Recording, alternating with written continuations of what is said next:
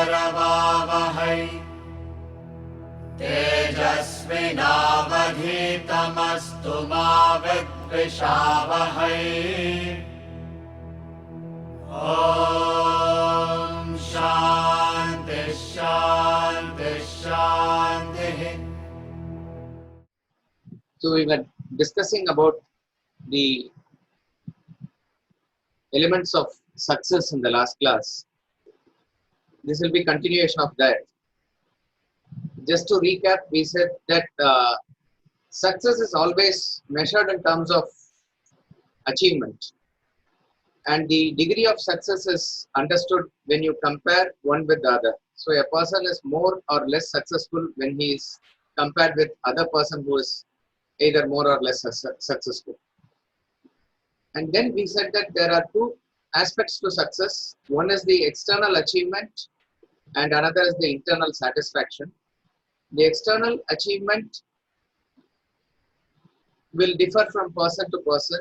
One may want to succeed by entering into an Indian cricket team, and another may want to become a prime minister or a municipal councillor, whatever be it. That differs from person to person.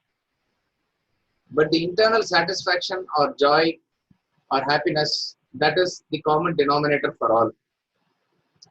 So normally people in the world relate the internal satisfaction to the external achievement. In other words, they peg the external achievement first, as a result of which they will be happy internally.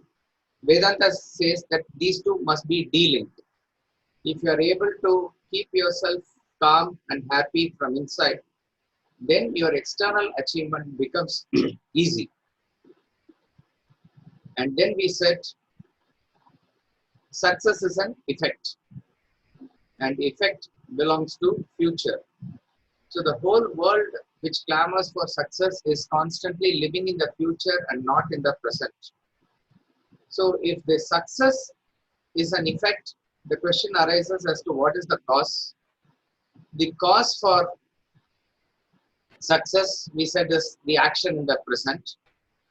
And that is where we left it for you to think whether it is action alone or is it action that is following a thought. Right. So we said that your thought has the potential to fulfill itself. That is how the universe is designed. Every thought is an energy. Every thought is power packed within itself. So it draws the object of your thought, object of your desire to itself. In other words, the moment you think of something, it should happen. That is the power of the thought. And this is what is known as the law of love or law of attraction, which is happening at the mental level. Just as law of gravitation we understand at the physical level. But what we see is that it does not happen practically for us. The moment I think of money, money doesn't come to me automatically. And I mean, it is, I would say, blessing of God or blessing of nature that it doesn't sometimes happen immediately or automatically.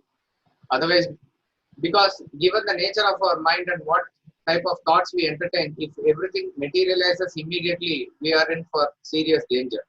So that is also in a way blessing. But why does it not happen? It all depends on, as we said, the intensity of your thought or the power of your thought, the feeling that you add to your thought. The deeper the thought, the more is the propensity for it to manifest itself. So this is where action comes in, and action therefore becomes an integral component of success. What happens is, the moment you ask for something in the world, as I said, it must reorganize itself to present it for you. This is what we said is given in the documentary of Secret also, which is explained beautifully by Swami Ramatirtha also, 100 years back. So, when you first desire something, when you first have a thought for something, you must be very clear of what you are seeking or what you are asking.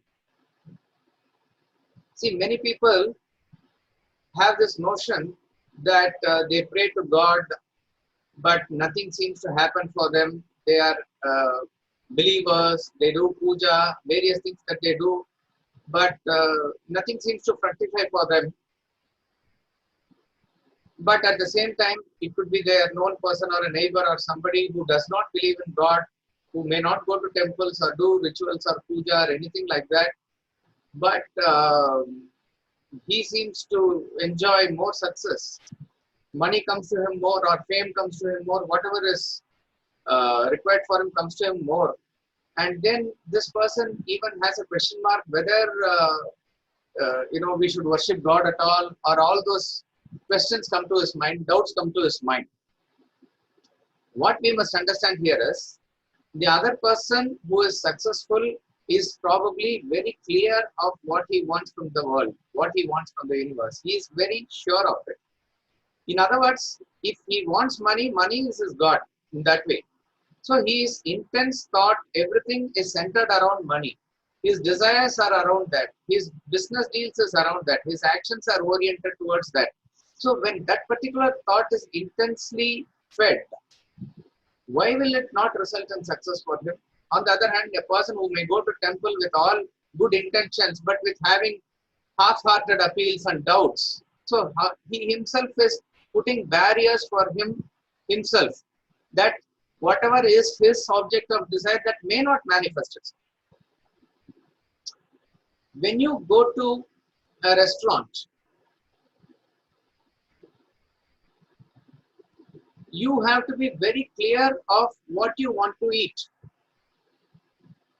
right? So when the waiter comes and asks for your order, you must be clear as to what to order, whether it is a dosa or a Chinese or whatever it is. You need to be very specific and give him the order. You cannot say what is good in your restaurant, you try to bring it, or whatever you want, or look around for what others are eating. That is not the way. Suppose if you say that, the waiter will say, you decide and I'll come later. This is exactly what is with reference to what you seek from the universe. You must be clear of what you want. If you see at the practical level, even if a person seeks money, name, fame, nothing per se wrong with it, as long as it is dharmic pursuit. There are ways and means by which these are to be satisfied. It is given in the our Vedic rituals also. A person is seeking a family or a child or whatever it is. However, we may categorize it as within quote selfish desires. It doesn't matter, as long as he is pressurized by those desires, and as long as he is wanting to fulfill it dharmically, per se, there's nothing wrong with it. So, if a person wants money, he must be very clear that he wants money, and he must also be clear in terms of at least an idea as to what is the quantum of it. He cannot say as much as I wish, or greedy without any number. It can be a million, it can be a billion, but be very clear about it. That also. So that is why when the desire takes this form, it is more concrete. That is where intellect comes into play. The moment you apply yourself in it, automatically intellect will come. So the mind will not run by itself. So you must be first clear. A person, if he wants to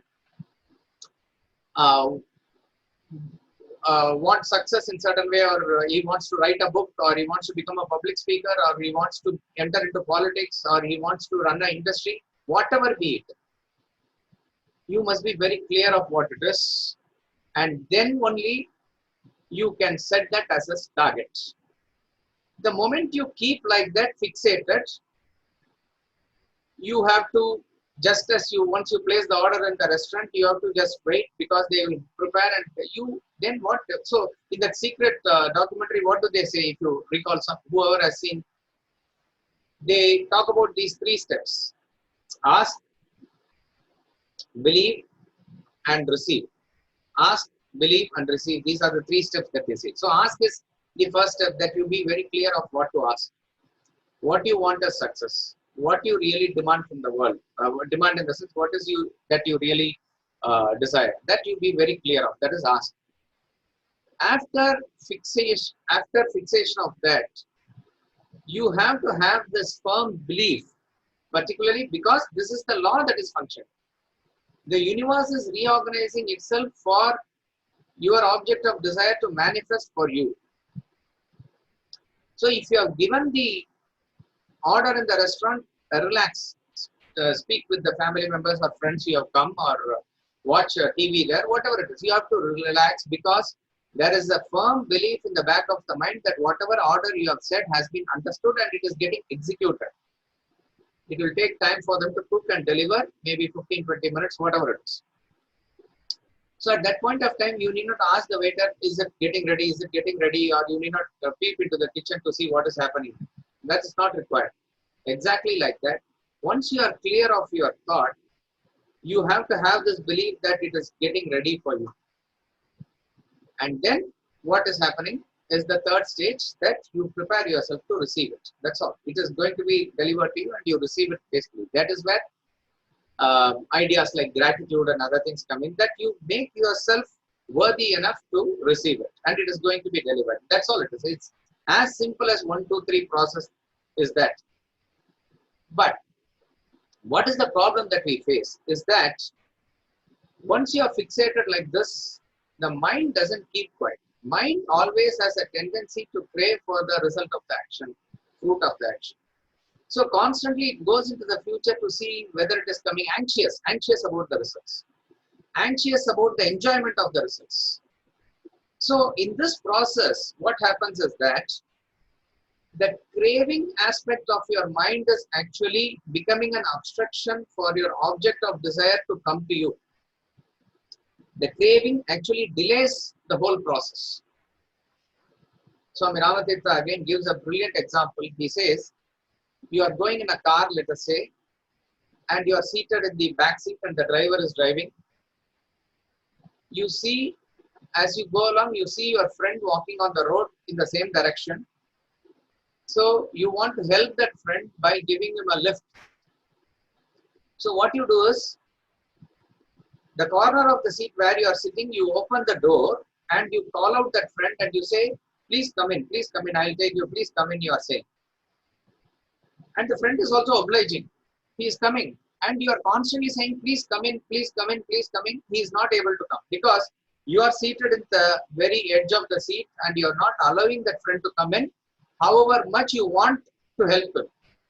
So what you must do actually, open the door, say please come in, and then withdraw yourself inside so that you provide the space for him to come in. That's all it is. It is exactly like that. The moment you fixate something, you withdraw yourself and allow that space so that the object of desire also enters you. This is what it is. But this please come in, please come in, please come in, what you say is equivalent of your craving. So as long as the craving of the mind is there and the anxiety of the result is there, it is not going to fructify. If you translate into action, it is very clear. So what is happening here? Action and thought help each other in this way only. In order to get the fruit, you have to work for it. Action is the cause, we said. But that action has to follow this thought. Now, why it should follow this thought is for this reason only. That moment you are able to engage yourself properly in the action, you are actually stopping the mind from getting into unproductive channels like worries and anxieties and craving and others. So therefore, the thought gets fixated at that level, it maintains that same intensity, and that intensity is maintained by this action. Now, if you are able to look at it from the cause and effect point of view, if action is going to bring that success, if you are actually craving and the mind is constantly being anxious about it and constantly thinking about it, you will not be able to do that action productively. What will probably take 1 hour will take 2 hours or 10 hours, depending upon your mental activity. So you will not be able to put your heart and soul into that action. And if the action is not complete, how is the fruit going to come to you? So action being the cause for success is correct. And that action has to be propelled by a deep thought. So this thought, in other words, action is nothing but the furtherance of the thought. When we talk about in Vedanta, the chronology of action, we say vasana, thought, desire, action. So it is nothing but thought and action are not different from each other. It is the furtherance of thought and desire that is going to manifest as action. So thought is at the intellect level, desire is at the mind level, and action is at the body level. So if it is in the same line, straight line, it is going to fructify very easily. So action is what is going to bring success. Once you engage yourself in action properly, no force on the earth can stop that result from coming to you. So a person who is therefore confident in action will not bother about the fruit of action, which is success. A person who is not confident of the action is the one who is constantly craving, and probably he will seek extraneous help and prayers. And see, prayers has a role. If time permits, we'll cover that. And we are nothing against breaking a coconut for a Ganesha or saying a prayer, but that alone is not going to result in success. But a person who is not confident in action will fully dependent on those things, and God is not to be fooled like that. It will not happen like that. On the other hand, the person who has done his action perfectly may or may not pray to God, that is secondary, but the result for him in the way that it is sought will come automatically for him.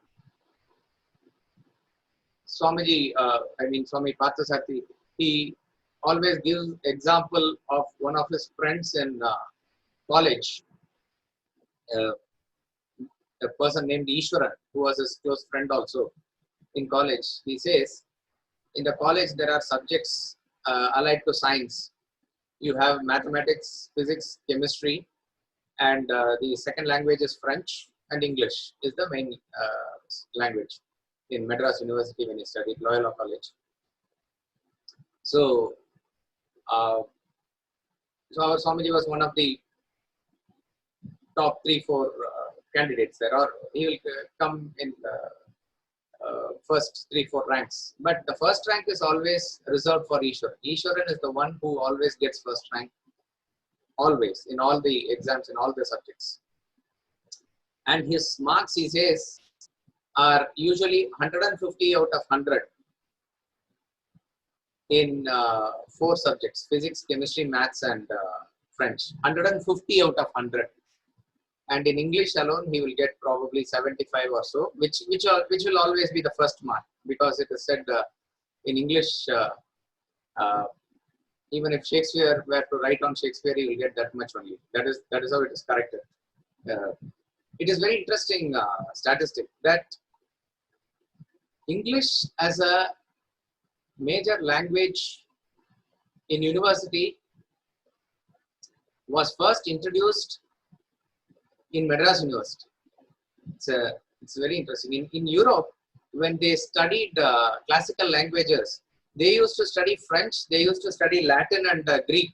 Latin, Greek is the main, and then they used to study other languages like French. English was not considered a classical language to be taught at all, considered inferior.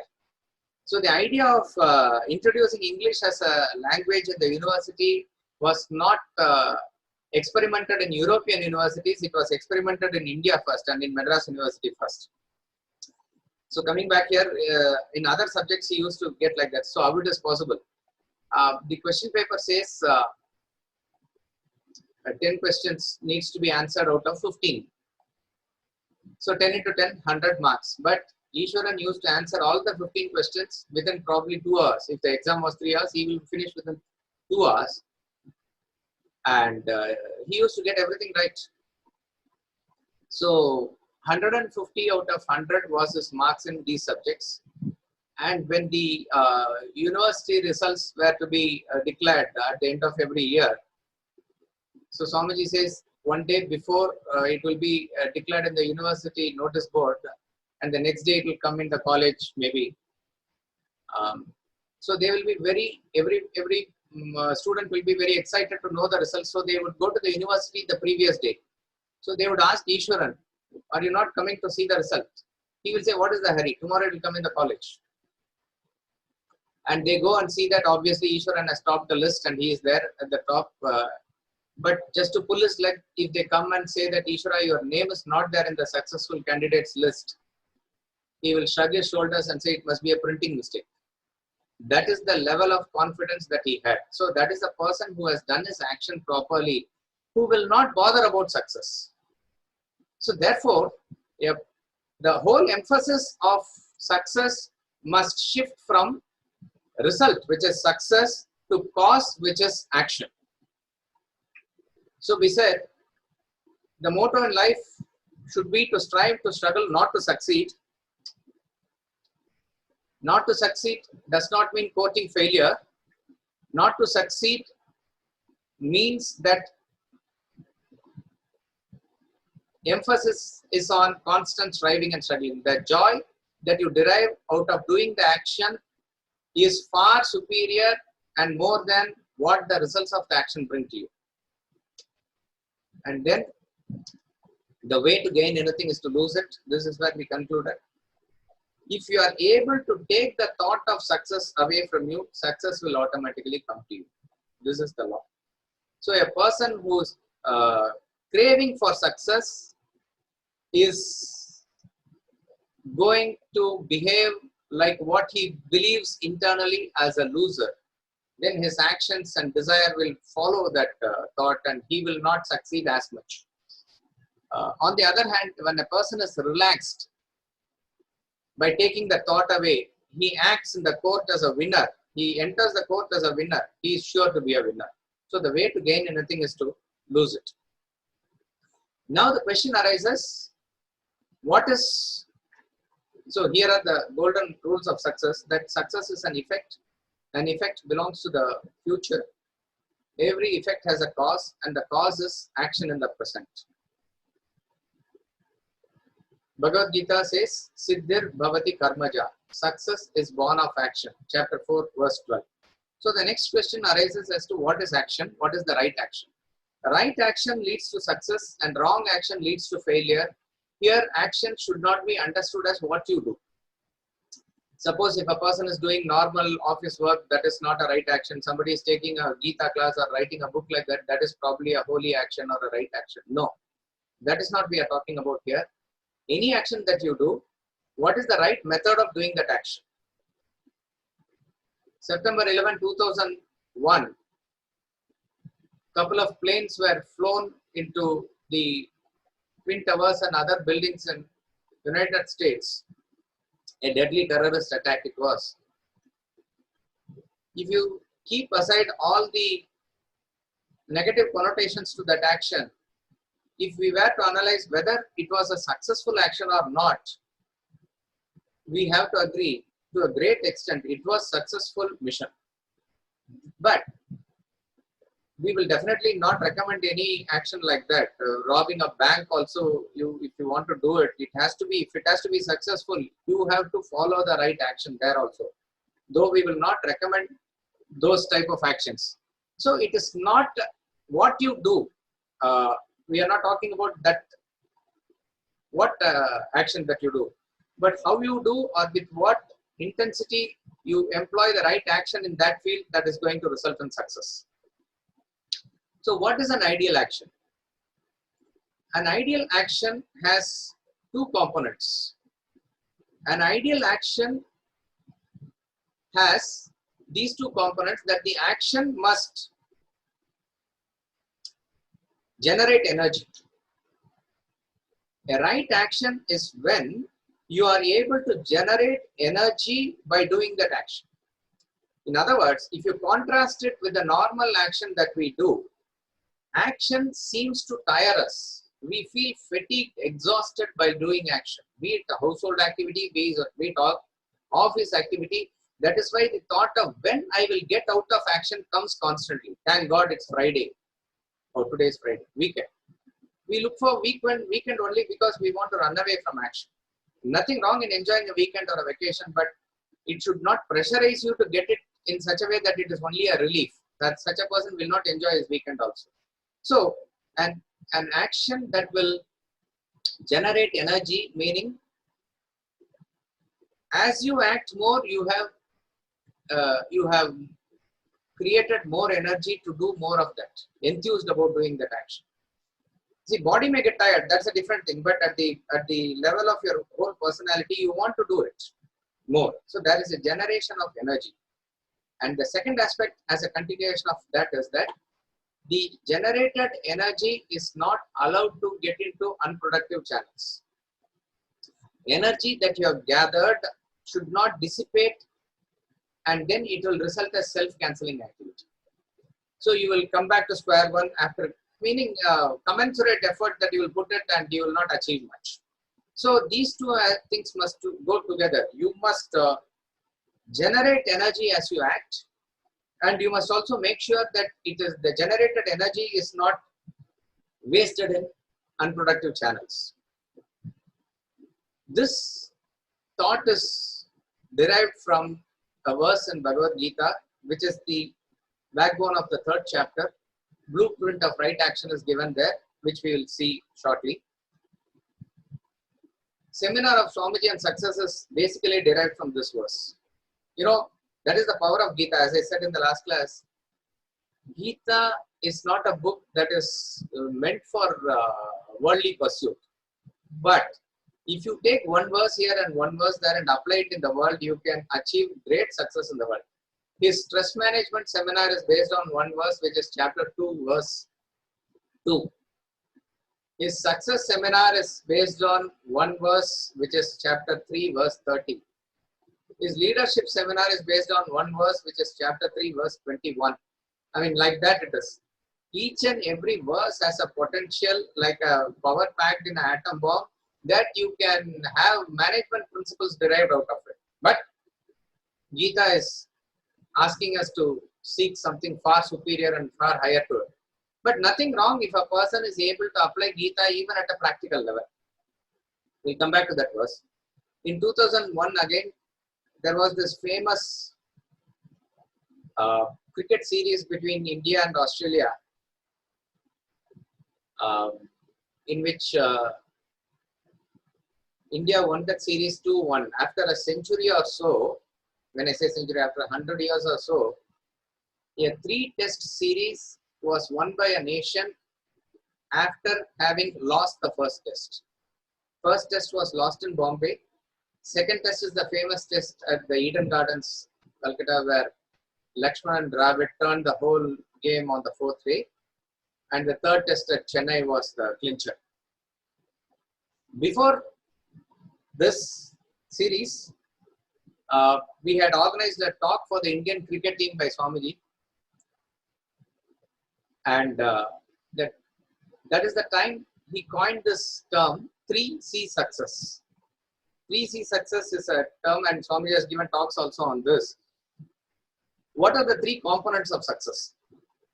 The 3 components of success are concentration, consistency, and cooperation, cooperative endeavor. There's a team spirit or teamwork. Actually, the first 2 components, concentration and consistency, is good enough for you to achieve success. If you add the third element to it, it is catering to team success, where we can take this idea to organization and corporate, where they are talking about corporate success. Not only that, even if you are working independently for your success, when you bring in this element of cooperative endeavor, it adds a spiritual dimension to your success. So with reference to unit action, concentration, with reference to group of actions, consistency, and I repeat again, concentration and consistency is good enough for you to achieve whatever you want to achieve. When you bring in the element of cooperative endeavor, there is a spiritual element to success. I do not know if we covered here, but in cooperative endeavor also, in teamwork, in office, when we say,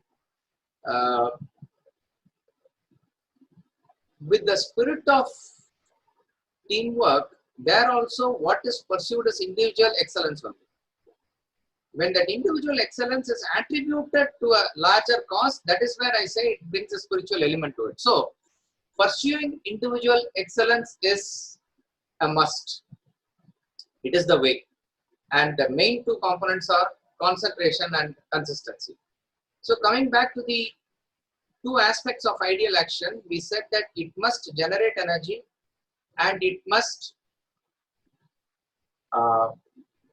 conserve the energy and not allow it to get into unproductive channels. So the first question is, how do we generate energy? An ideal action, if you say that you need to generate energy, the question that is asked is, what do you have with you to generate energy? Obviously, all of us know that we have these three equipments with us, all of us. We have this body, we have the mind, and we have this intellect. For those who have not heard this before, this is the basic building block of self-management.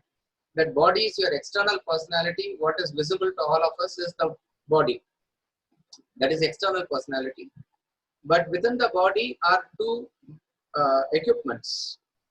For the human being, it is called as the mind and the intellect, which is called as inner personality. Mind is the seat of your emotions, and intellect is the seat of your thoughts, thinking, decision. So mind by definition is doubtful, impulsive, based on likes and dislikes, oscillating here and there. That is mind. And the intellect is that which is decisive, which is based on reason and logic. So these are the two components that are there. Mind is associated with your heart and intellect is associated with your brain, but it is not the physical organ that we are talking about here, right?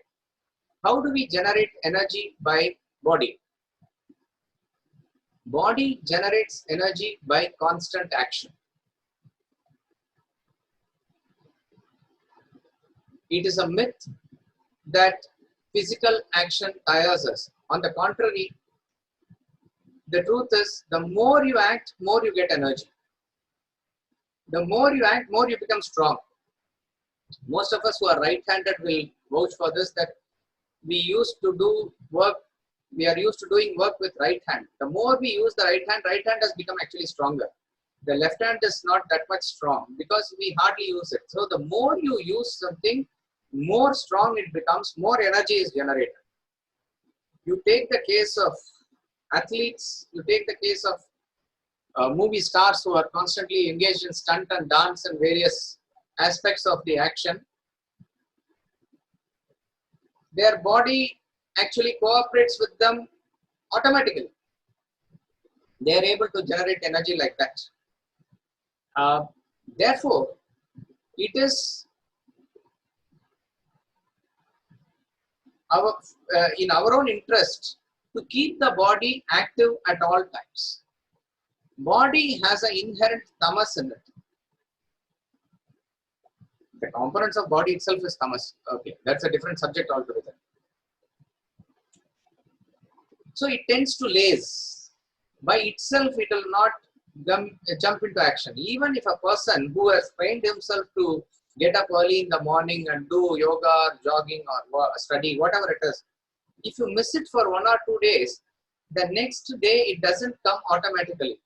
The body tends to laze a little more. The great Holy Mother Sharda Ma says that because of some sickness or genuine reason that she lost touch with this habit of early morning getting up at Brahma Muhurta, and she said it took nearly 3 weeks for her to get it back. And where are we? So you need to constantly keep the body in constant action. When we say that, what it means is a person who is carrying just a briefcase to his office, he goes all the way up to his office and there is somebody who is bringing it for him 5 minutes later. I mean, why will he not carry it himself? What is that which is it in India, maybe not anymore, but it used to be that when you grow up in social status, it is reflected in you not doing actions, isn't it? Even if water is there, you have to press the bell and somebody will bring the water to you, bring the newspaper to you. To that extent, it becomes inactive. And invariably, such a person loses the vitality of his body. Maybe his servants are very strong. They are very energetic. You cannot employ somebody else to do your exercises. So therefore, each and every way where you can spring into action, you have to do it. When the doorbell rings, you have to be the first person to answer it, or the telephone bell, when it rings, you should not wait for others to answer it. Keep that springing enthusiasm to act always alert in you. If at any point of time you feel that there is a light that is on in your common apartment, which is 2 floors down, somebody will put it off anyway, but you have to go all the way down to switch it off. When the thought comes, immediately go down and switch it off. That is how you have to start beating the tamas. So body must be kept active. Swamiji says, if your office is up to the 3rd floor, don't use the lift. If you have a car and you drive, keep driving. You can have a driver for convenience, maybe to park the car, but do not stop action. Do not stop action, and you can be active. Ishavasya Upanishad, we are going to study shortly. In the 2nd mantra, it says, may you live 100 years performing actions. So living 100 years and not being active will be a pain for you. So Upanishad talks about constant action. So body must be kept active. And then what about the mind? Mind generates energy by surrendering itself to an ideal or a goal. So whatever actions you do, if you are able to visualize a purpose for it, the mind believes and surrenders itself to that ideal. That itself is going to give that enthusiastic energy for the mind. How does it function? Let us take an example. If a union leader is there and he is representing the union, and there is puja approaching and the management has not yet declared bonus, and he is legitimately taking that cost to the manager, so he may bang open the door of the managing director and ask him to have a discussion then and there. Even if he is in a meeting or something, there is so much power and force in his action because he is representing the cause of the union. He has surrendered himself as the union leader for the cause of the fellow members of the union, of co-workers. So what happens? Why does it generate energy for him? When you surrender to an ideal, that circle into which you surrender, whoever is there in that circle, their energy, as it were, gets added on to you. So he is having so much power. If the same union leader were to approach the managing director to get a job for his own brother-in-law as a personal favor, he will hesitate 2-3 times before even opening or knocking the door of the managing director. There will be not energy in his action. Why? Because it is a selfish purpose that he is approaching for. The moment you look at anything from selfish angle, you lose all your power. Dasharatha, who is a great man of power, who has no fear for anyone, but he had this weakness with reference to Rama or his sons. That attachment, when it comes forth, he loses the power. That is when he sees Parashurama and trembles in fear. Otherwise, he has done nothing wrong to fear about. So wherever, even a normal person, at any point of time, if he takes a selfish view, a personal view, he loses energy. And that's what happened to Arjuna. The moment he took a personal view of the opponents there, my guru and my grandfather and my uncle and my cousin, he lost his strength, he lost his power. An ambassador of a country has surrendered himself to the nation. So when he makes a statement, it is quoted as India agrees or India disagrees. Who is India? That person who is 5 foot 6 inches. He is not that 5 foot 6 inch person. He has surrendered himself to the nation, so his voice represents the nation's voice. He has so much power. He cannot say that my opinion is this, but my government's opinion is this. I beg to differ. He cannot say that. He will be called back.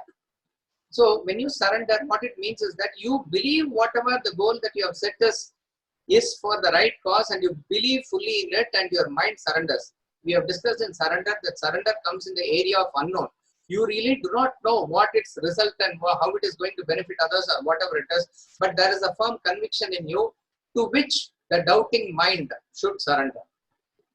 So when the freedom fighters or Gandhiji said to some people, leave your job and come and fight for the nation, many people did it. How did that statement of Swamiji, of Gandhiji have that power? Because he had surrendered himself to the cause of nation. If that is the case, it will generate power.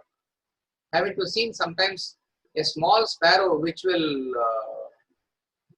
constantly afraid of big birds, but when it had laid eggs in its nest or the young ones has come on out of the nest, if a crow or some other bird were to come nearby, it will have that much power to force that crow to go away. I mean, it will sort of fight with that crow or any other bird and chase it away.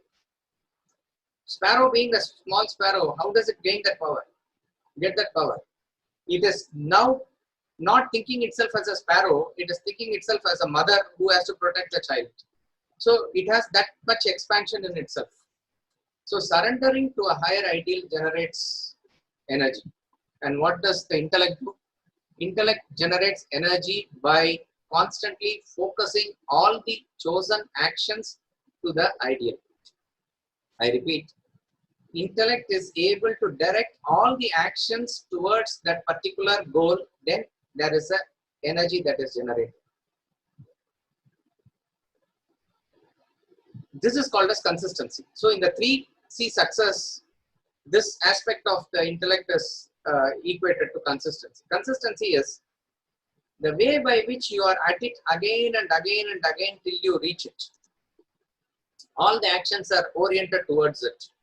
That is called as consistency. This is a quality which is found more in Westerners than in Indians in the present level, if you see. I mean, it is relative, but I'm saying in general, you see, when a Westerner takes up something, he goes all out at it till he finishes it. Richard Attenborough,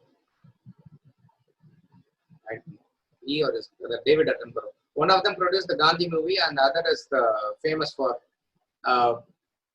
BBC documentary on Earth, on nature, various things he has produced. So he wanted to shoot a special type of eagle in the forest of Philippines, which is a very rare bird. It comes out usually during monsoon, where it is difficult to film also, but it's very rare also. He went there, stayed for 20 years, 20 monsoons. Every time he used to go, and finally he got the shot that he wanted. This is consistency. We may be brilliant individually, independently in various areas, but that doesn't count for success. That is why you find that many people who are extremely brilliant, they are good in maths, they are good in music, they are good in cricket, they are good in various things simultaneously also. But if you take the balance sheet of their life later on, they are not as successful as they should have been. Their potential they have not achieved. What is the cause? What is the reason? Reason is that they are not at one thing consistently to create an impact in that particular field to be called extremely successful. When we do Shraddha, sometimes we will recall this verse. Chapter 17, verse 3, it says, Yo yat Shraddha sa eva saha. A man is what is Shraddha is. And Shraddha has a component beyond faith, which is consistently pursuing it till the end. So even if you are average in certain things, it doesn't matter. If you take up something, be at it consistently. This applies even in spiritual field, particularly to those who Swami Dayananda calls us, those who do what is known as guru shopping. Someday they do this Vedanta class, then they go to Art of Living and do that Sudarshana Kriya or something. Then they get fascinated by Sadguru and they do the inner re-engineering or whatever he says. Then they go everything and go to Sai Baba Ashram or Amritanandamayi, they do seva there. And then they leave everything and say bhajans or kirtans. Then again they come to Upanishad study. This will not yield any result as far as spirituality is concerned. You may have satisfaction of knowing various things or getting involved in various things, jack of all trades. That's about all. If you have taken up something, you can take time to even choose, but be at it till you reach the end. That is called as consistency. If you take up, this is not to say it may sound as though you be fixated here only. We are not certainly saying that. Even if you are in art of living, even if you are in whatever, be the ashram or be the guru or be the path that you have chosen, stick to it. Be consistent. Vipassana meditation, some people go, Buddhist things, certain things go. Have Shraddha there. That will take you somewhere. You will be achieving something there. You will reach certain height there. So you cannot jump one here and one there. So consistency is directing all the actions towards the goal. If you take a river, if the water is flowing in all directions, it may not generate energy. But if you are able to direct the water in one particular direction, you generate electricity. Energy is created. Wind flowing in all directions may not have that much potential. When it is directed in one direction, it generates again energy. Sun's solar power, it is powerful, but generally you don't feel that much heat. You keep a lens and focus all the sun's rays to one point. It will burn your skin. So much power it has because of focus. So are all your actions focused to one point? That is the question.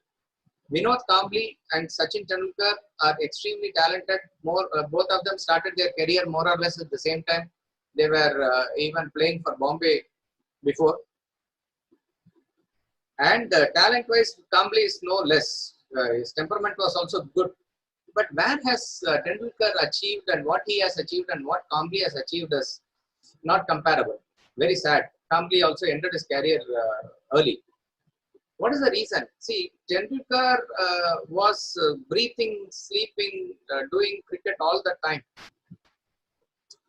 Kambli, he used to be in TV shows.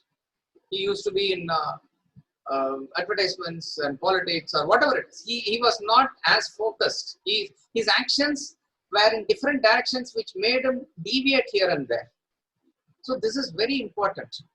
That you take up something and you are at it, all the actions that you do. When you say all the actions, not that particular action also. Business means not just business. Various other things that you do which are connected to business is also oriented towards that. Pat Cash won Wimbledon in 1987. After a long time, Australian had won. And in the interview, he said what all he did for 1 year to focus on winning this Wimbledon. So it is just not practice of tennis alone. It is what time he got up and the jogging that he did and various other practices. He maybe refrained from alcohol and partying too much and smoking, various things. What has smoking directly got to do with tennis, you may ask. But all that adds up to it. That is called as consistency. So body generates energy by constant action. Mind generates energy by surrendering itself to an ideal. And intellect consistently focuses all the action in that particular direction towards that particular goal. And in another way, in a small way, you can also say, not small way, but in the context of the discussion here, intellect also, subtle intellect you can say, subtle intellect also maintains the thought that it is he who is actually doing the actions through me. So it constantly keeps something in the back of the mind that you are just an instrument in this action that helps you maintain objectivity in the action. This is not directly related here, but as I said, it adds an extra element to success. So these are the three ways by which energy is generated in an ideal action. Then next is, how does the energy get dissipated?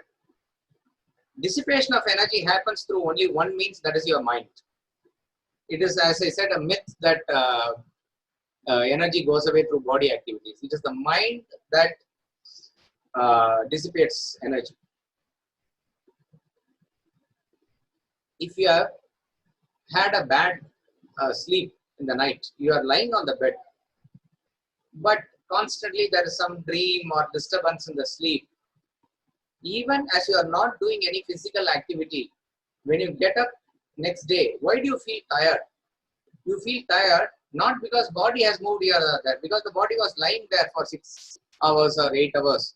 It was the mind that was constantly in motion. So that actually oozes out all the energy away from you. So it is the ungoverned mind, the indiscriminate thought in the form of the mind that dissipates the energy. And what are the avenues?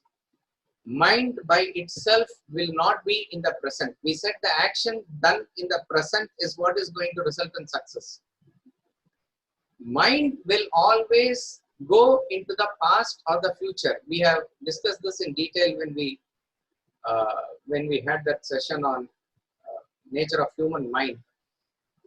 By itself, mind is like a monkey. It can never be in one place. It has to jump here or there. Where does it usually go? It usually goes into the future, anxious about the results of the action. And it usually worries about the past, mistakes of the past, or various things, worries of the past. Even if it is a happy memory of the past, as far as your action is concerned, it's an obstacle. It is going to disturb your action. A batsman who comes into bat, he is very elegantly playing and he is reached 90. At 90, what happens? At 90, the commentators say it is nervous 90s. What is nervous about 90? Because instantly the mind goes into the future 100. 100 is another number, but that number has been given so much decoration that it plays in his mind. So, when the mind is constantly wanting or anxious about that future 100, or it is thinking about what all mistakes he did in the past, which invariably props up at that point of time, his mind is not able to focus on the ball, but either on the scoreboard or some other thing. Invariably, he does some mistakes there. Even if he gets some runs there, it is by fluke sometimes. And then after 100, he continues to bat even sometimes nicely. But at that point of time, what is very clearly happening is that the mind is caught up in future anxiety or the worries of the past. Gavaskar sometimes said in the interview that only after the audience clapped would he know that he had reached 100. So intense was his focus on the game.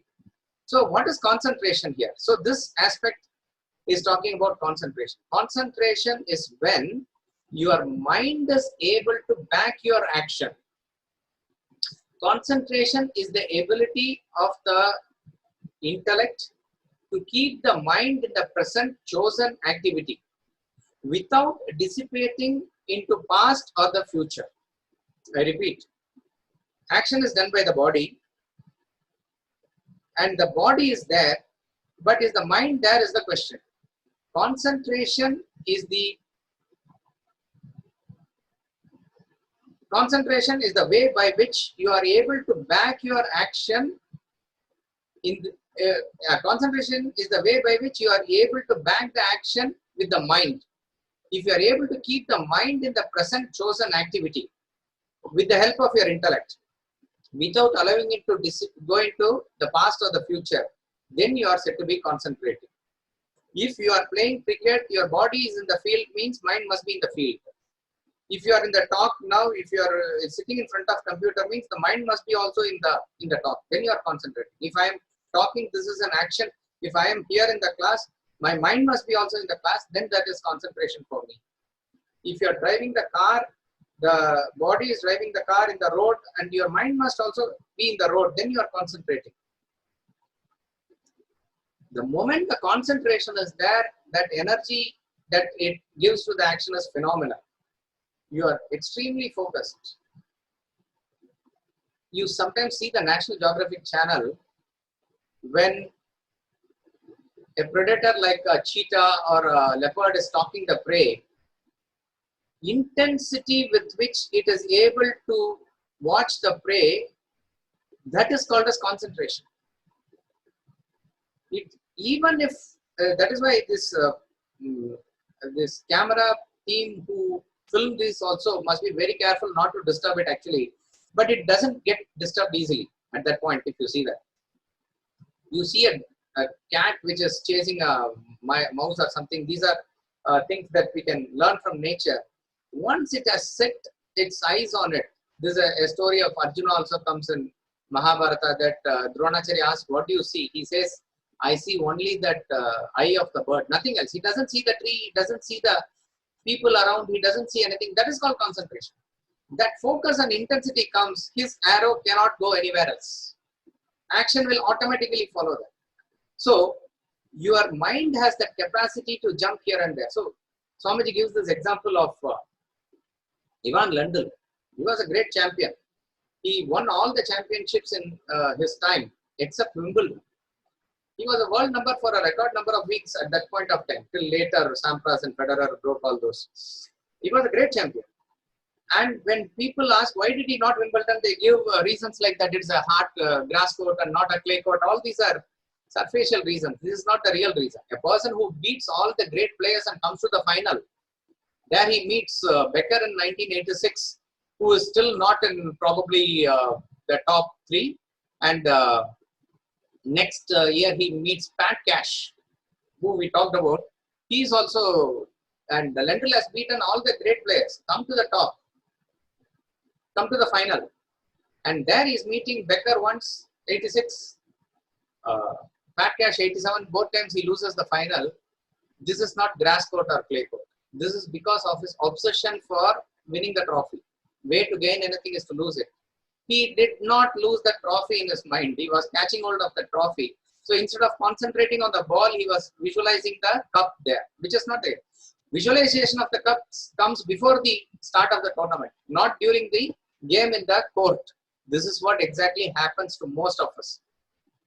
When action is being performed, the mind tends to get into the future fruit and starts indulging in it. You lose the concentration in the present. And remember here, in the definition we said, the mind has to be in the present action. With the help of the intellect, it must be there. Meaning, in certain areas where it is its own like, the mind goes by itself.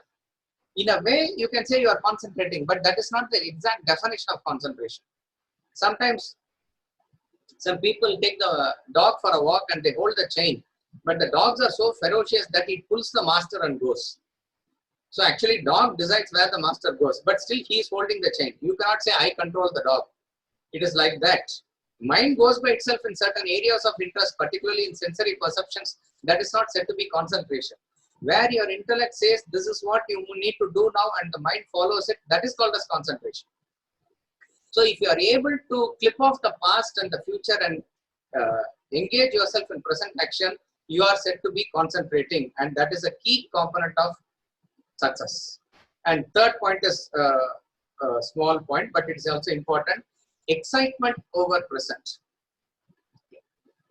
A person need not, in rare case I am saying, need not have worries of the past or anxiety of the future, but when action is done, something in the present happens and he gets excited about it. And that itself is a dissipation of the mind's energy. So, like a person has constant ability to talk and he constantly chatters, but when you put him on a platform, he fumbles there. Nothing of past worry or future anxiety, but the present excitement that he is talking to an audience itself could create a feverish excitement in the present. That is also a dissipation. So, 3 points with reference to generation of energy. Body is active, mind surrenders to an ideal, and the intellect is fixed in the ideal. Consistency. And concentration is when the mind is not allowed to dissipate the energy through future anxiety, worries of the past, and excitement over the present. If you are able to combine these 6 elements, success is guaranteed. Success is absolute, and no force on earth can stop it from coming to us. What is interesting is all these are power packed in this one verse. So concentration is intellect directing the mind to the chosen action, and consistency is intellect directing all the action to the chosen ideal. So unit action, concentration, group of actions, consistency, and the third aspect, as I said, cooperative endeavor is the attitude to action, you can say. Bhagavad Gita chapter 3 verse 30. This is what we discussed today. Blueprint of right action. Mai sarvani karmani sannyasya dhyatma chetasa nirashir nirmamo bhutva yudhyasva vigatachvaraha. Renouncing all actions in me, with the thoughts resting on the self, free from hope and attachment, fight without mental fever.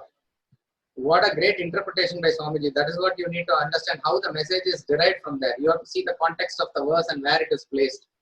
My sarvani karmani, renouncing all actions in me, surrendering to the mind, to that ideal there. Me represents the highest ideal of the self here. Sanyasyad atma chetasa, with the thoughts resting on the self, intellectual focus upon the action. Nirashi, free from hope, no anxiety for the future. Nirmama, no attachment from the past. Yudhyasva, fight. The body must engage itself in constant action in the spirit of fighting. Vigata jvaraha, without the feverish excitement in the present. Such a power-packed verse 30 of chapter 3. Thank you. No problem. We will take up any questions if you have. Hariom Ramas Masad here. Yeah, Hariom Bhajan. I had a question. Yeah. You mentioned that we should be very clear as to what we want. Right. So, in a scenario where we don't know what we want, as Swamiji says that we really don't know what we want, and the general interest is the person wants to evolve spiritually, but at the same time there are a lot of worldly desires. So, if you are not clear what desire to kind of target to fulfill,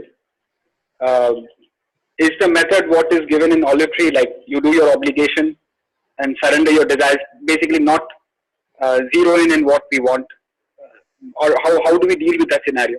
Okay, so since you have mentioned that generally there is a desire for spiritual evolution, most of us, even as we join the academy or those who are pursuing spirituality, they hit upon it as to not clearly knowing what is the pursuit or what we really want in life. See, most of the times what we pursue in life are also not based on our own volition, that it is set by others.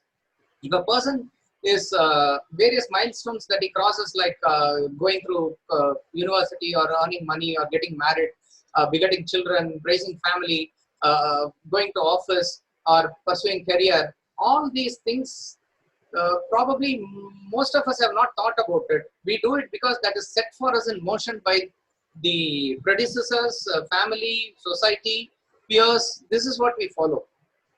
And then when we hit a block there, or when we find ourselves, what to say, going towards a dead end, or not very happy with our own pursuit and monotony sets in, that is where the pursuit itself comes as to what am I really doing in life, all those things comes. Then when you say a spiritual pursuit or evolution, that angle is introduced to our life.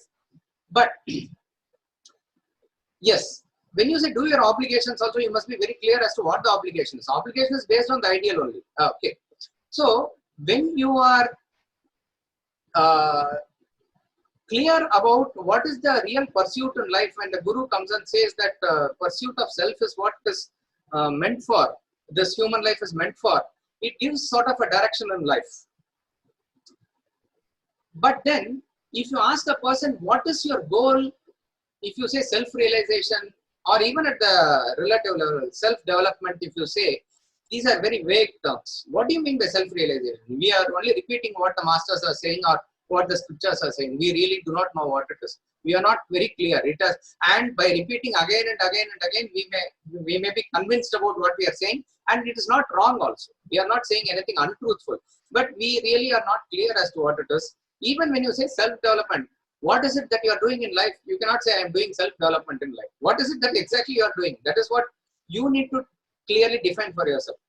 So when you are sincere in this pursuit and you are yearning for it, what happens is that certain things that you want to achieve in life opens up for you.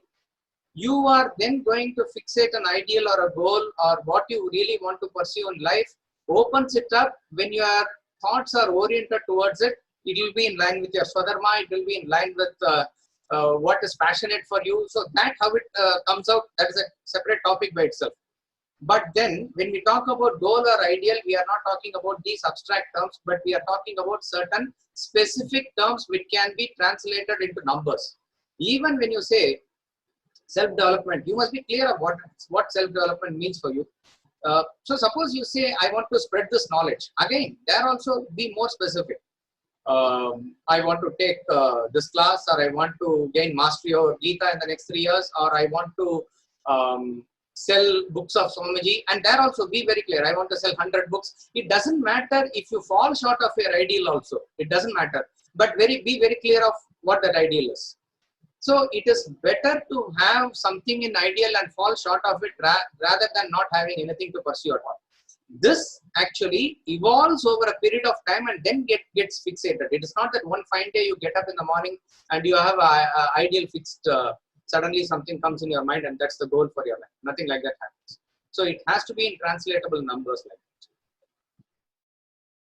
Om Poornam Adah Poornamidam Poornat Poornamudachyate Poornasya Poornamadaya Poornamevavashishyate.